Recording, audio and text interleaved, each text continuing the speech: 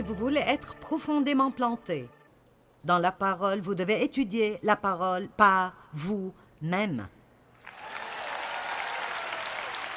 Et spécialement quand vous entendez la parole et quelque chose gagne votre attention, c'est comme peut-être vous m'avez entendu dire des choses et vous pensez « Je pense que j'ai vraiment besoin de cela. » N'attendez pas de moi que je vous donne tout. Faites une petite note et puis c'est la chose que vous allez chez vous pour étudier.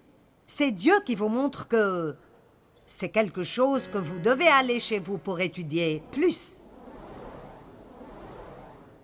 Philippiens chapitre 4, verset 5. Nous avons si peur du fait que si nous ne nous occupons pas de nous-mêmes, personne ne le fera. Je ne vous dirai pas que Dieu fera exactement ce que vous voulez quand vous le voulez. Il y aura peut-être un test. Ne pensez pas que vous ne serez pas testé et éprouvé parce que l'ennemi essaiera de vous faire penser que vous devez reprendre vos projets en main parce que Dieu ne travaille pas. Vous devez dire « Non, je me fiche du temps que ça prend. Je me fiche du temps que ça prend. Je ne passerai pas ma vie à essayer de m'occuper de moi-même. Je me suis déposé entre les mains de Dieu et je ne vais pas me récupérer. »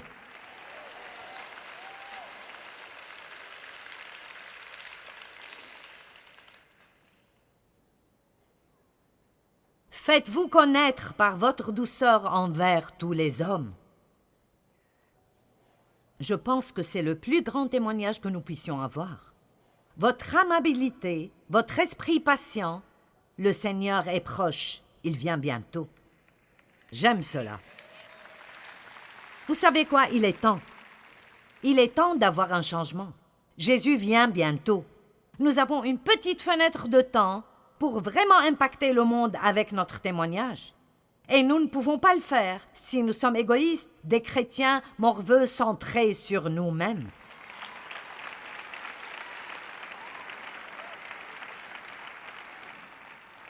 Et je me parle autant qu'à vous. Eh bien quoi, à propos de moi, ce n'est pas juste. Je suis le seul chrétien là où je travaille et personne ne m'a donné de compliments aujourd'hui.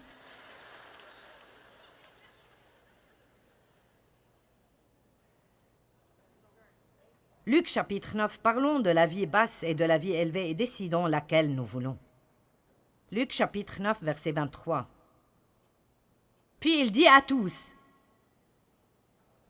il parle à tous ce soir, « Si quelqu'un veut être mon disciple, qu'il renonce à lui-même, oublie, se perde de vue et oublie ses propres intérêts, se refuse et s'abandonne lui-même, qu'il se charge chaque jour de sa croix et qu'il me suive, s'accroche résolument à moi, totalement conforme à mon exemple, dans la vie et, s'il le faut, dans la mort aussi. Car celui qui voudra préserver sa vie et la sauver, la perdra et la détruira. Mais celui qui la perdra à cause de moi, la préservera et la sauvera de la peine de la mort éternelle. Et que servirait-il à un homme de gagner tout le monde s'il se détruisait ou se perdait lui-même? Amen. Il y a une vie plus élevée qui est disponible pour nous. La vie égoïste est centrée sur soi, toujours concernée par ce que nous obtenons, ce que nous n'obtenons pas. C'est le type de vie le plus bas qu'il nous est possible de vivre. La vie la plus élevée est de vous déposer entre les mains de Dieu et dire chaque jour « Seigneur, que puis-je faire pour toi ?» Je pense qu'il est temps de changer de direction. Au lieu de donner à Dieu les 12 choses que vous devez faire pour rester sauvé aujourd'hui, allez, je sais à propos de cela. Dieu, si je n'obtiens pas de percée, je ne peux pas continuer, Dieu. J'ai besoin de t'entendre aujourd'hui, Dieu. Je vais aller à cette conférence, Dieu, et je veux une parole de toi. Vous êtes si plein de la parole, vous êtes sur le point d'exploser et vous en demandez toujours une parole. J'ai besoin d'une parole. D'accord, j'en ai une pour vous. Arrêtez d'être égoïste. Déposez-vous entre les mains de Dieu. Occupez-vous d'être une bénédiction où que vous alliez. Vous aurez une vie qui est si merveilleuse que vous ne saurez même pas quoi en faire.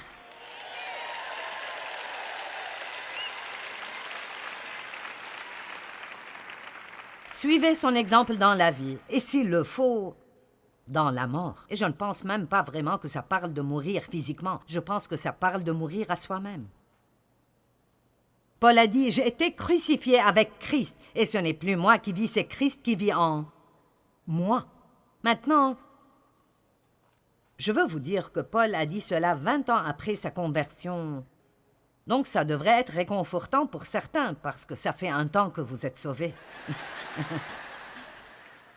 Et alors, même si ça fait 20 ou 30 ans que vous l'êtes, ce n'est jamais trop tard pour dire, ce n'est plus moi qui vis, c'est Christ qui vit en moi. Si je vis maintenant dans la chair, je vis dans la foi au Fils de Dieu, qui est mort et qui s'est livré lui-même pour moi. Si Jésus est mort et s'est livré lui-même pour nous, et légalement et spirituellement, nous sommes morts avec lui et nous sommes ressuscités dans une vie nouvelle, pourquoi ne commençons-nous pas à vivre d'après cette réalité de qui nous sommes? Dieu vous aime. Il a un bon plan pour vous.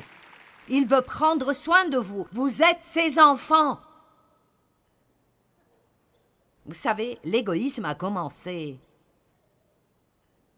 avec Lucifer, avant même que Dieu n'ait créé le monde comme nous le connaissons. Dans Ésaïe chapitre 14, versets 12 à 14, nous voyons 2 versets intéressants. Ésaïe 14, 12 à 14.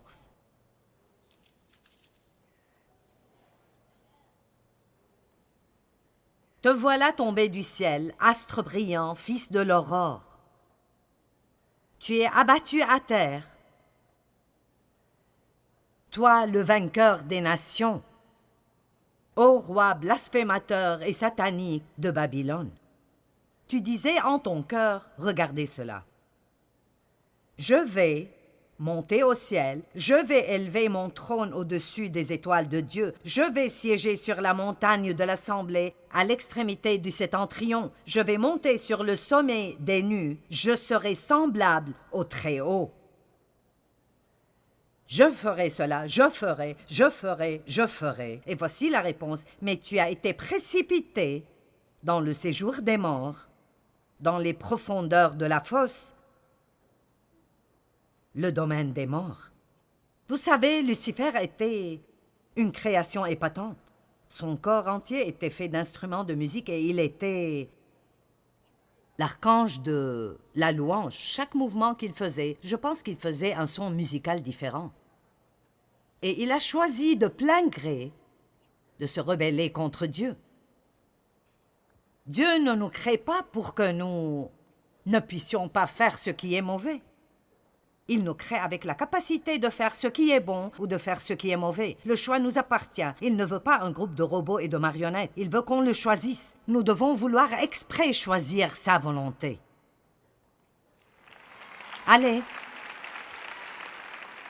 Dieu vous dit ce qu'est sa volonté. Et puis il a dit, j'ai mis devant toi la vie et la mort. Choisis. Josué a dit, choisissez aujourd'hui qui vous voulez servir. Moi et ma maison, nous allons servir l'Éternel. Lucifer a dit, je ferai cela, je ferai, je ferai. Et Dieu a dit, non, tu ne le feras pas. Dans Luc 10, 18, la Bible dit que Jésus a vu Satan tomber comme un éclair du ciel. Il a été chassé du ciel. Et que vous l'aimiez ou non, sa demeure actuelle est ici sur la terre et l'atmosphère au-dessus de la terre entre ici et le ciel. Certains d'entre vous diraient « Wow, pourquoi parlons-nous du diable ?» Eh bien, je suis allé à l'église pendant beaucoup d'années et je n'ai jamais entendu un bon sermon sur le diable. Je pensais qu'il était un gars qui sortait à Halloween, vêtu d'un pyjama rouge, avec une longue queue et une fourche. Je n'avais aucune idée du fait qu'il était l'auteur de la destruction dans ma vie et que l'autorité et la puissance sur lui m'a été donnée au nom de Jésus et que je n'avais pas besoin de juste me coucher et laisser le diable me marcher dessus. Et alors, je veux vous dire ce soir que Satan est vivant et va bien sur la planète Terre. Maintenant, la Terre ne lui appartient pas, elle appartient à Dieu et à sa plénitude, mais il infecte temporairement les systèmes du monde. Et le système que le monde suit est que tu mérites cela, achète-le pour toi-même. Et si tu ne le fais pas pour toi-même, alors personne ne le fera.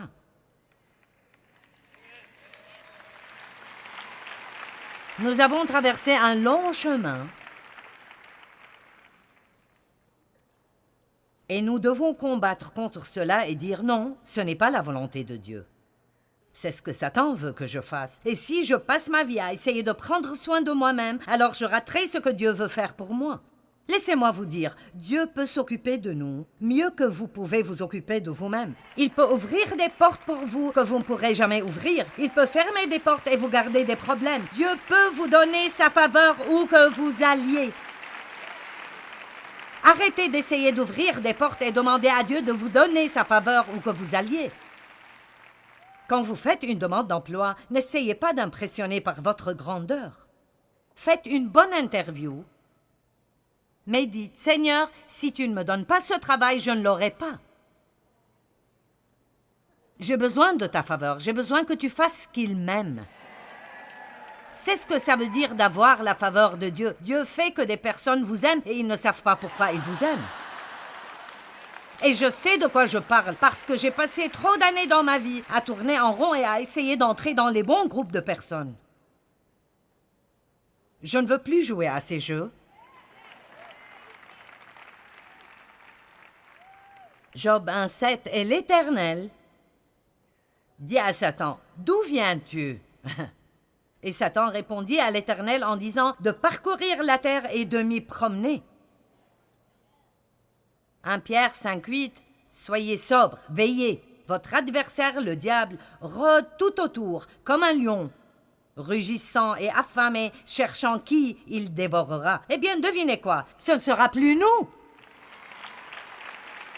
J'ai dit, ce ne sera plus nous dorénavant.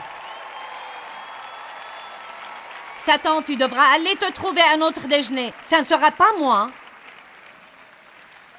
Parce que je me mets entre les mains de Dieu. Il ira devant moi et me guidera et me donnera la grâce de faire ce que je devrais faire. Je ne passerai pas ma vie à être centrée sur moi-même, à essayer de prendre soin de moi et à m'inquiéter de ce à quoi je ressemble et de ce que les gens pensent et est-ce qu'un cheveu n'est pas à sa place et oh mon Dieu, quoi à propos de ce bouton que j'ai ici. Allez!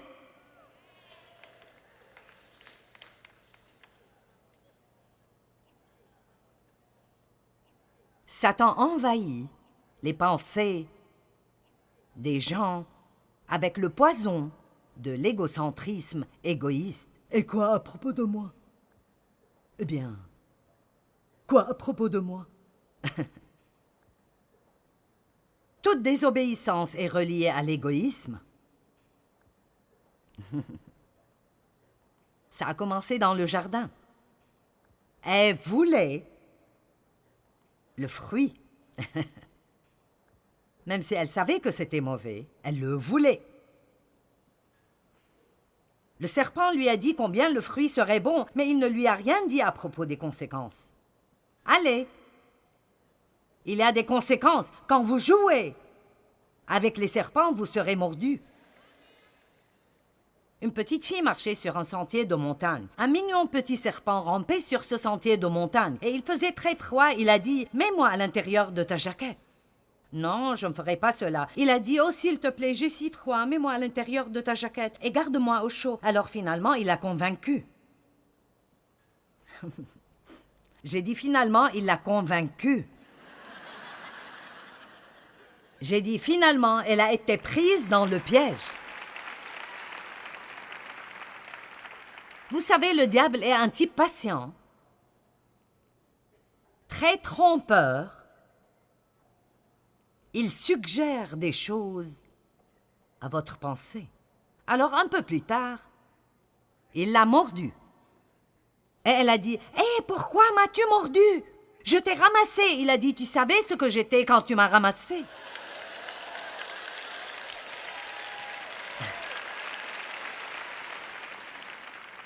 Allez, la gentille dame solitaire, si tu vas avec un homme marié,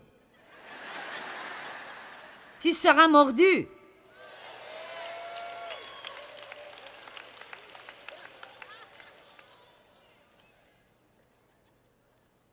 Eh bien, je t'ai informé.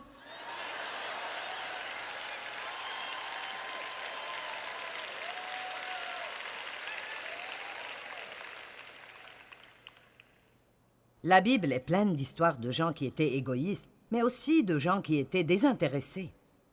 J'ai probablement 8 histoires de personnes qui étaient égoïstes et 7 ou 8 de personnes qui ne l'étaient pas. Et j'aurais aimé pouvoir vous parler de toutes ces personnes. Caïn a tué Abel parce qu'il était égoïste.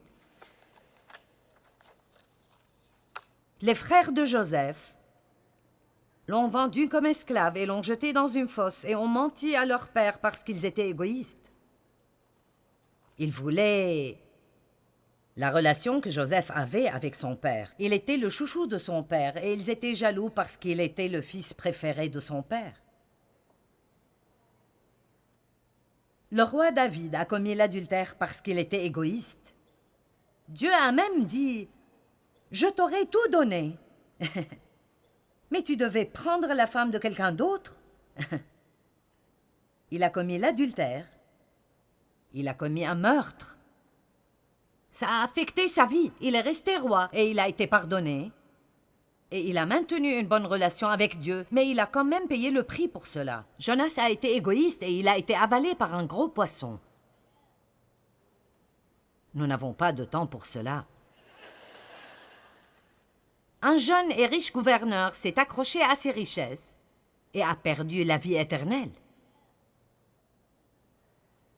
Un homme riche qui ne s'occupait de personne d'autre que lui-même a perdu toutes ses possessions en plus de son âme. Ce sont juste de différentes histoires dans la Bible. Mais laissez-moi vous montrer de bons exemples. Regardons les bonnes choses. Regardons 1 Roi chapitre 17. Dieu merci, nous pouvons changer. Dieu merci, nous pouvons changer. Vous savez, peut-être que ce soir, vous êtes ici ou vous regardez à la télé et je ne sais pas, peut-être que vous n'êtes même pas encore sauvé et vous pensez, mon Dieu, j'étais si égoïste toute ma vie. Mais vous savez quoi? Je veux dire, ce soir, vous pouvez changer. Ce soir, vous pouvez recevoir la nouvelle vie de Christ en le recevant comme sauveur. Aujourd'hui, vous pouvez faire demi-tour. Vous pouvez lâcher ce qui est derrière vous et devenir une nouvelle personne avec une nouvelle perspective. Ce soir, vous pouvez dire « Je ne passerai pas ma vie à m'occuper de moi-même. Exprès avec l'aide de Dieu, je serai une bénédiction partout où j'irai. » Et vous n'allez pas juste le faire demain parce que vous êtes toujours sous l'influence de la conférence. Mais vous le faites jour après jour, après jour, après jour, après année, après année, après année. Et tout d'un coup, vous finissez quelque part à dire aux gens « Je ne sais vraiment pas ce qui est arrivé dans ma vie, mais je suis si satisfait. Ça paraît fou, mais j'ai juste l'impression que j'obtiens tout ce que je veux. »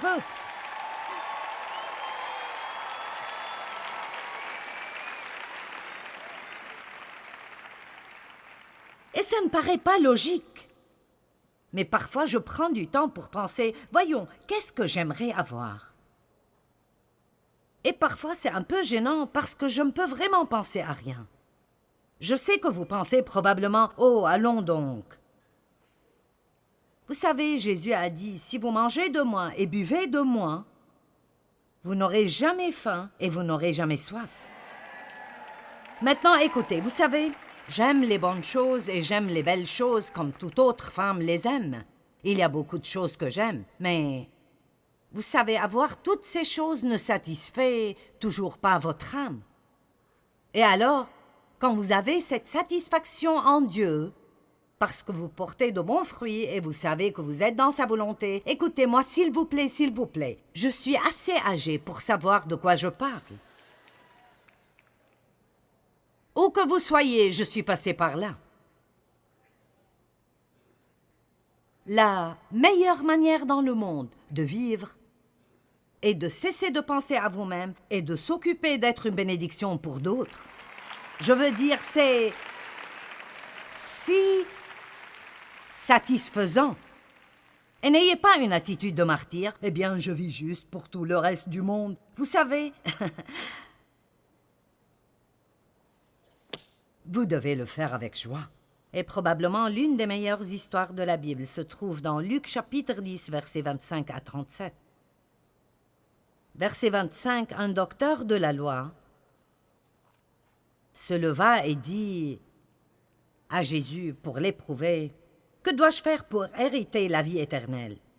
Jésus lui dit, « Qu'est-il écrit dans la loi ?» Il répondit, « Tu aimeras le Seigneur, ton Dieu, de tout ton cœur, de toute ton âme, de toute ta force et de toute ta pensée, et tu aimeras ton prochain comme toi-même. » Tu as bien répondu, lui dit Jésus, « Fais cela, et tu jouiras d'une vie bénie, active et éternelle dans le royaume de Dieu. » Mais lui, voulant se justifier, parce que clairement il ne faisait pas cela, dit à Jésus, « Et qui est mon prochain?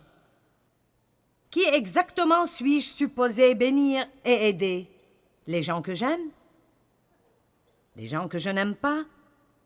Les gens qui m'ont aidé d'abord? Même quand nous voulons aider les gens, parfois nous sommes difficiles concernant qui nous voulons aider. »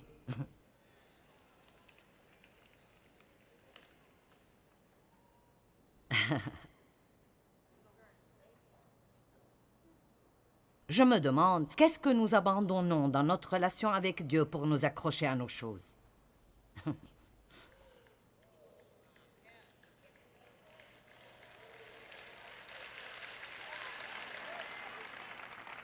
Laissez-moi le dire de nouveau. Utilisez toujours l'argent et les choses pour bénir les gens. N'utilisez jamais les gens pour obtenir de l'argent et des choses.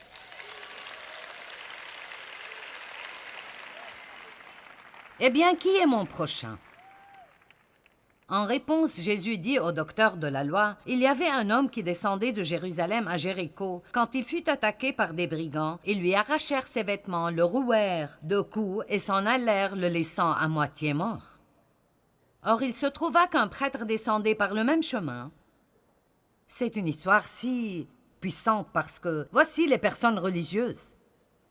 Or, il se trouva qu'un prêtre descendait par le même chemin. Il vit le blessé et s'en écartant poursuivit sa route. Il s'est écarté. Il est allé de l'autre côté de la route pour ne pas avoir à s'occuper de cet homme. Et c'est possible qu'il fût en chemin vers l'église.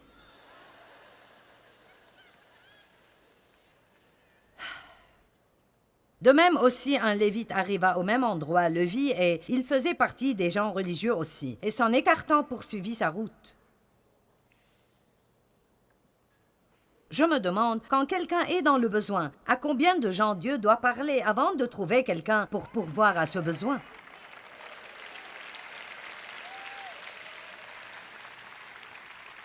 Mais un Samaritain qui passait par là arriva près de cet homme. En le voyant, il fut pris de compassion. La seule façon de vraiment avoir de la compassion est de vous oublier vous-même. Parce que soit nous avons de l'apitoiement, soit nous avons de la compassion. Dieu ne veut pas que nous tournions notre apitoiement vers nous-mêmes. Il veut que nous le dirigions vers un monde blessé. J'ai perdu beaucoup de ma vie dans l'apitoiement sur moi-même, à être désolé pour moi-même parce que quelqu'un ne faisait pas quelque chose pour moi. C'est beaucoup mieux d'avoir de la compassion. Il s'approcha de lui, soigna ses plaies avec de l'huile et du vin, et les recouvrit de pansements. Puis, le chargeant sur sa propre mule, il l'emmena dans une auberge où il le soigna de son mieux. Cet homme prend du temps, il fait un effort. Il a changé son plan. Il allait quelque part, il l'a pris à l'auberge, et apparemment, il devait aller quelque part. Il a dit, « Prends soin de cet homme, et tout ce que tu auras dépensé en plus, sans limite, je te le rembourserai moi-même quand je repasserai. » Arrêtons de mettre une limite sur ce que nous sommes prêts à faire pour les gens et disons, Jésus, quoi que ça demande.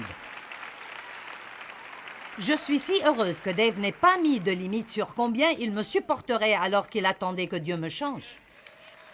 Allez, enlevez les limites de votre bonté. Enlevez les limites de votre générosité et dites, Seigneur, quoi que ça demande. Quoi que ça demande. Je ne suis pas là pour mon plaisir ou pour me rendre heureuse. Seigneur, c'est ton travail. Je suis là pour rendre quelqu'un d'autre heureux. Vous voyez ce que j'essaye de dire ce soir? Si vous vous abandonnez à Dieu et vous arrêtez de vivre pour vous rendre heureux et pour vous occuper de vous-même, alors le poids est enlevé. Vous utilisez la vie que Jésus vous a donnée pour être une bénédiction. En faisant cela, vous plantez une graine. Maintenant, Dieu prend cette graine et il en produit une moisson dans votre vie. Et toutes les choses que vous essayez d'obtenir sans jamais le pouvoir, quand vous essayez de le faire vous-même. Allez maintenant. C'est le moment pour un changement. J'ai dit, c'est le moment pour un changement. Vous savez quoi? Dieu veut vraiment, vraiment prendre soin de vous.